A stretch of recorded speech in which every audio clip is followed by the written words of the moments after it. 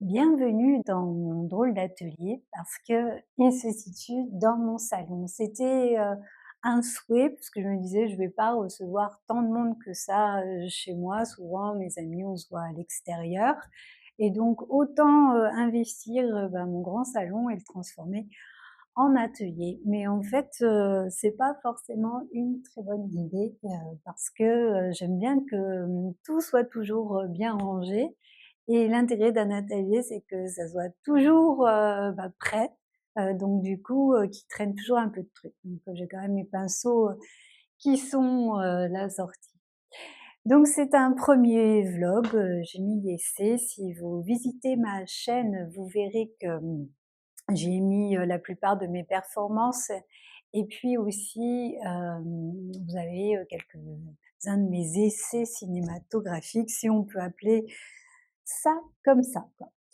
Bon, si j'avais choisi aussi mon salon comme, lieu atelier, c'est parce que vous voyez, il y a beaucoup de lumière, quoi. Voilà, et encore, c'est la lumière, d'hiver. Donc, aujourd'hui, je vais vous présenter ma série qui s'appelle Appiadamia.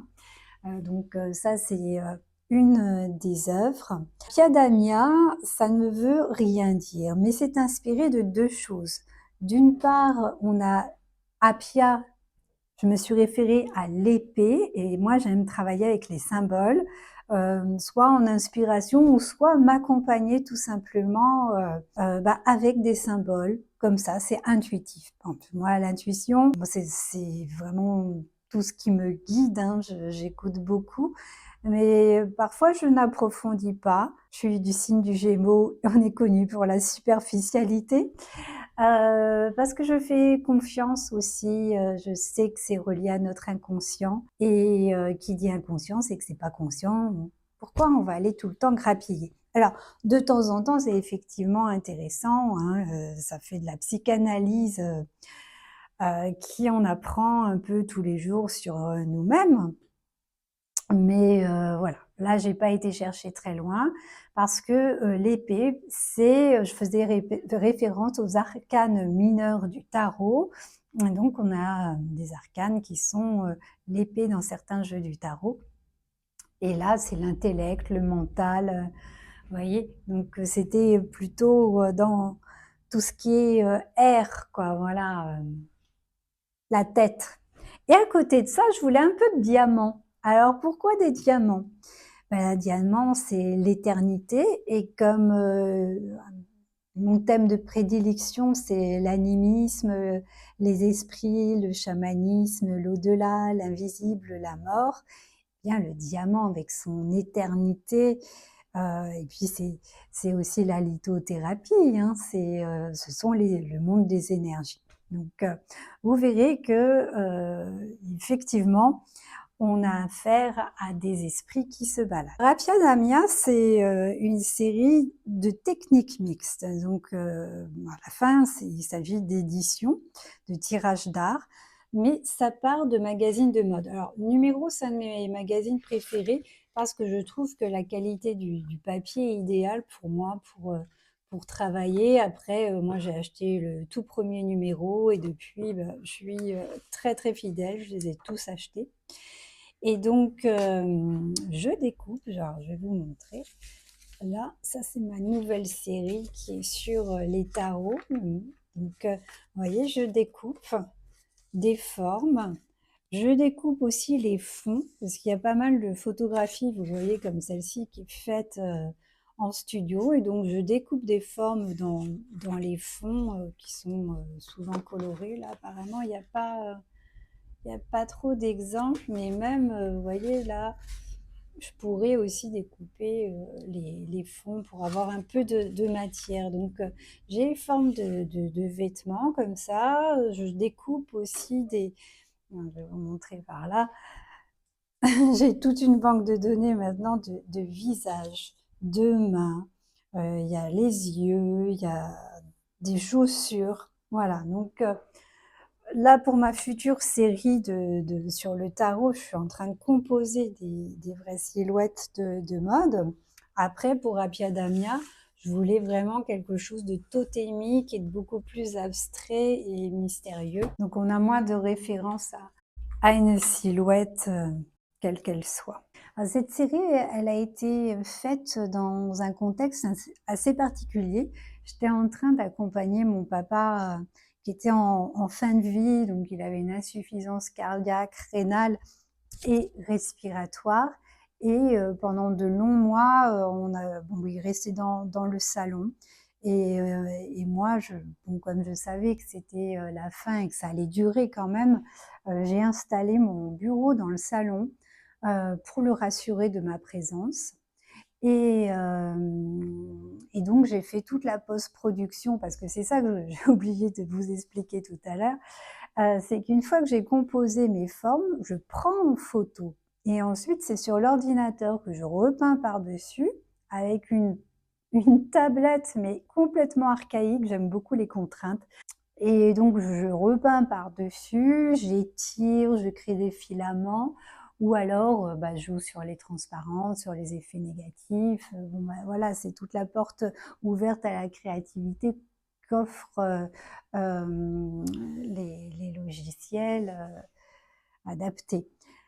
Et donc mon bureau était à quelques mètres de mon papa avec sa machine à oxygène. Là, je ne sais pas si vous connaissez, mais ça fait quand même un boucan.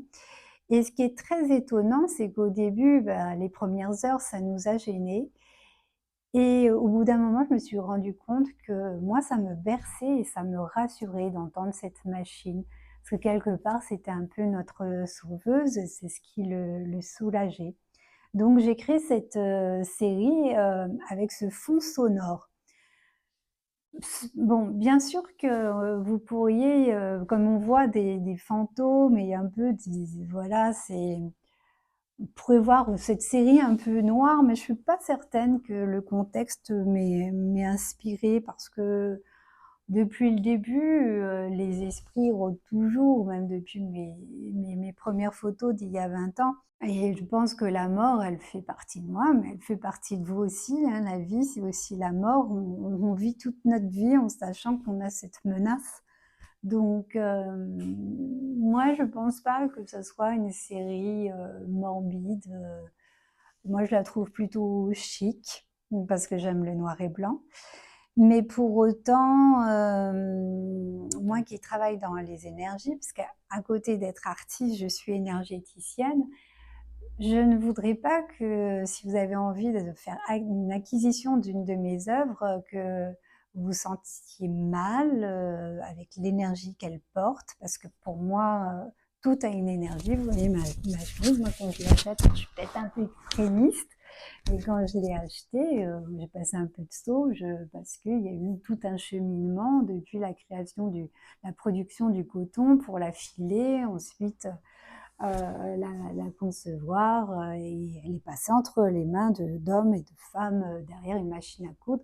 Bon, bref, donc moi j'ai voulu nettoyer toutes ces énergies. Donc quand je vends une œuvre, juste avant de la livrer, je m'occupe d'apporter une nouvelle énergie justement, une belle énergie. D'abord je dis au revoir à l'œuvre, je me fais un espèce de rituel et après, eh bien, je fais en sorte qu'elle parte avec une belle énergie pour qu'elle vous soit la plus neutre ou la plus positive qui soit. Ceci dit, je vous conseille d'en faire, de même de votre côté. Pour autant, voilà, moi je n'irai pas acheter une œuvre, glauque et j'ai déjà acheté des œuvres à des artistes que je ne connaissais pas, que j'ai acheté, via Instagram. Mais bon, là, j'ai fait appel à mon ressenti, mais c'est vrai que c'est important pour moi aussi de connaître, les artistes, parce que j'ai pas envie d'avoir un bout d'eux, chez moi alors que, je sais pas, il y a un truc qui me dérangerait, quoi. Bon, c'est personnel, c'est ainsi, par exemple, moi j'ai une œuvre, qui s'appelle «Vœux» que j'ai brodée au fil d'or et je vais vous la montrer. Vous voyez, c'est celle-ci. Et donc pour, la petite histoire, c'est qu'elle était à côté d'une œuvre d'un artiste qui avait peint une vanité et cet artiste, malheureusement, il, il s'est suicidé pendant le temps d'exposition et mon œuvre était juste à côté de son œuvre.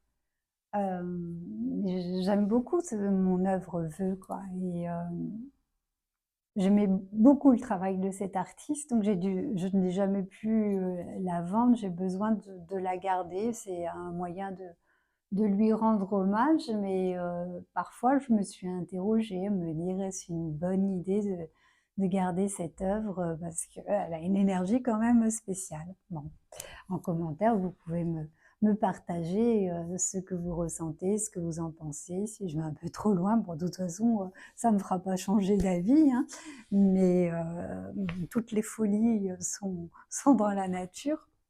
Enfin, voilà. Donc je vous fais un petit tour, d'horizon. Vous allez voir que, il y a quand même une majorité d'œuvres où on a un animal qui apparaît comme, le bison ou alors des parties de membres d'humains, un bras, un corps qu'on devine dans un vêtement ou une partie du visage. C'est vraiment une référence aux esprits qui nous accompagnent. Alors dans les esprits, moi je parle tant des défunts que l'esprit des animaux, des esprits d'entités énergétiques dont on ne connaîtrait pas l'origine. Je pense qu'on peut avoir toutes sortes d'esprits. Bon, le chamanisme m'accompagne énormément. J'ai pas mal de pratiques en la matière. J'ai une expérience à faire beaucoup de voyages chamaniques et, euh, et ce que j'aime beaucoup, c'est qu'il y a beaucoup de liens avec l'inconscient et du rêve et l'imaginaire. Aller régler des choses dans l'invisible avec un tas d'images, de symboles, tout ça pour guérir l'âme, et ça me fascine. Donc c'est un peu ce monde parallèle, toutes ces œuvres. Ça sera avec plaisir d'échanger avec vous en commentaire et puis vous pouvez aussi retrouver l'adresse de mon site dans le descriptif de ma chaîne et la description de cette vidéo. Et je vous dis à bientôt, j'espère, pour un nouveau vlog.